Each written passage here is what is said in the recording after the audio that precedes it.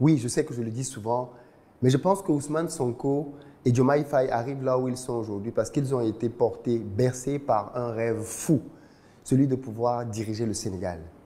Il faut savoir que dans nos pays en général, les personnes qui dirigent nos pays sont souvent originaires, on va dire quoi, d'une certaine classe sociale.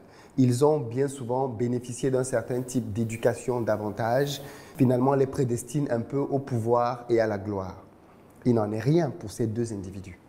Ousmane Sonko et Diomaye Faye sont deux Sénégalais lambda, nés dans des familles lambda, qui ne se prémunissent pas du tout d'une fortune quelconque, pas du tout.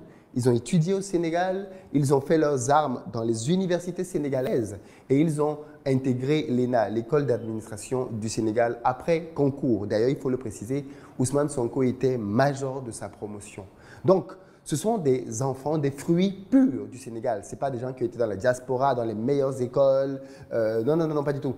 Ils sont des enfants du Sénégal. Et on sait que bien souvent dans nos pays, malheureusement, quand vous avez un parcours uniquement comme celui-là, on peut considérer que vous n'êtes pas destiné à certaines fonctions. Nos pays sont remplis de personnes qui sont allées aux États-Unis, en France, un peu partout dans le monde, qui ont les meilleures qualifications. Et on a tendance à leur donner à eux davantage de respect, à leur donner à eux davantage de place, au détriment même des locaux.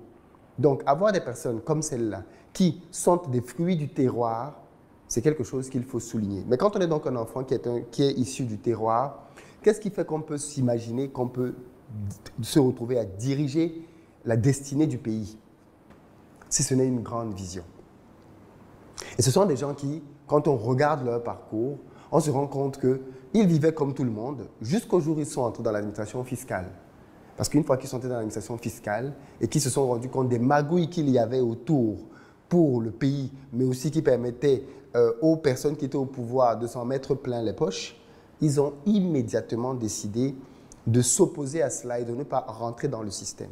Vous savez, dans nos pays, l'une des choses qui fait prospérer la corruption, c'est le fait que même des personnes qui ne sont pas encore à des positions de corruption s'imaginent déjà être corrompues si elles accèdent au poste.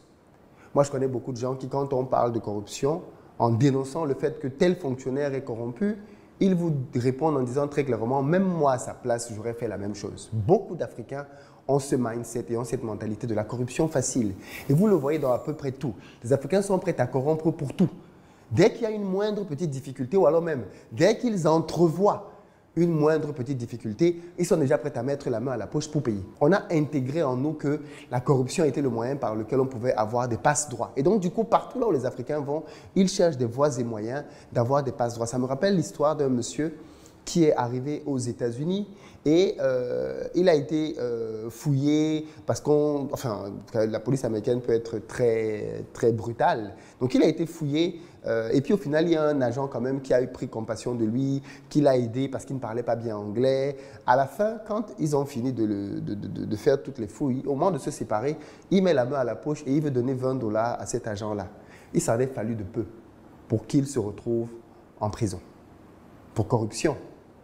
Vous savez, ça peut sembler banal, mais il faut bien qu'on en ait conscience que cette histoire de corrompre les fonctionnaires, là, ce n'est pas quelque chose qui est répandu. C'est une maladie, c'est une gangrène que nous devons combattre. Et nous devons la combattre déjà dans nos têtes. Il faudra être porté par une grande vision pour accepter de rencontrer un système comme celui-là et de ne pas être meulé au moule. Moi, j'admire énormément les gens comme ça. Énormément, parce que ça me parle beaucoup. Les gens qui sont pleins de convictions, qui ne rentrent pas dans le moule de tout le monde, qui ne font pas comme tout le monde, parce qu'ils sont portés par une grande vision. Si le Sénégal doit changer, alors cela doit être incarné par des hommes de changement. Tu ne peux pas être quelqu'un qui corrompt à gauche et à droite et tu penses que c'est quand tu vas arriver au pouvoir que par magie tu vas combattre la corruption. Non.